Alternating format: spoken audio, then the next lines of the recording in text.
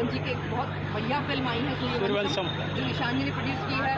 और मुझे लगता है कि ऐसे ही काफ़ी अच्छी फिल्में आएंगी थिएटर, और मैं चाहूँगी कि हमारे जितने थिएटर्स हैं उनमें वो फिल्म दिखाई जाए और सिंगल थिएटर्स के दरवाजे वापस खटखटाए जाए। खास करके मैम चौथे सप्ताह में जा चुकी है, मल्टीप्लेक्स में गया है, और भोजपुरी में अभी तक कोई भी फिल्म चौथे सप्ताह में मल्टीप्लेक्स में नहीं गया है। उसको लेकर आप पवन सिंह को या फिर निशान जी के डिस्ट्रीब्यूशन को आप क्या कहें? तेरा रिक्शा वाला के समय में हम जिस तरीके से सुनते थे कि 25 हफ्ते फिल्म चल रही है, मतलब चल रही है और चलेगी, लेकिन वो दौर कहीं ना कहीं ख़त्म होता दिखाई दे रहा था।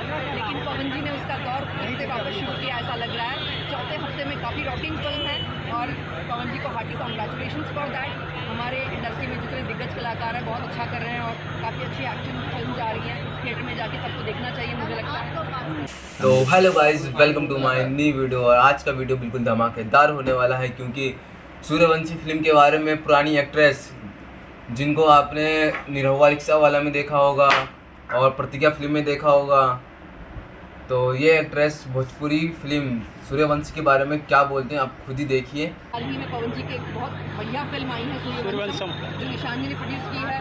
और मुझे लगता है कि ऐसे ही काफ़ी अच्छी फिल्में आएंगी।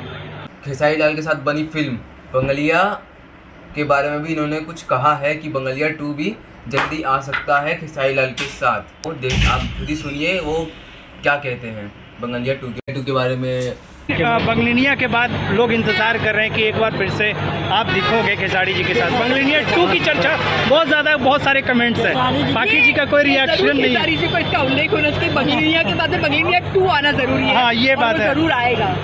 क्या कहा गया, और इन्होंने ये भी बताया कि जो सब्सिडी है वो इस तरीके से देखते बिहार में भी सब्सिडी का ऐलान हुआ है बहुत, और लेकिन हो रही है क्योंकि हर प्रांत में, भले वो महाराष्ट्र की फिल्म हो, भले वो बंगाल की फिल्म हो, हर एक को सब्सिडी मिलती है।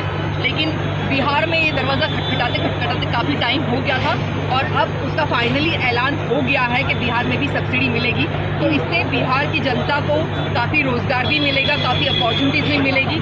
भोजपुरी इंडस्ट्री में काफ़ी समय के बाद सब्सिडी भोजपुरी इंडस्ट्री में आया है। ऐसी वीडियो के साथ हमारे साथ जुड़े रहे और लाइक सब्सक्राइब करते रहे। धन्यवाद। क्या कोई प्लानिंग हुई है क्या अभी तक?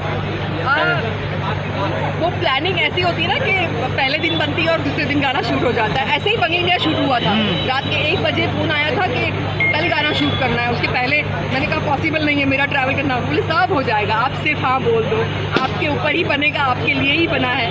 मैंने कहा ठीक है, अगर ऐसा बोल रहे हो तो फिर हम देखेंगे। और गाना वो शूट हुआ, आप लोगों ने बहुत प्यार दिया। क्या बात है, thank you so much, thank you.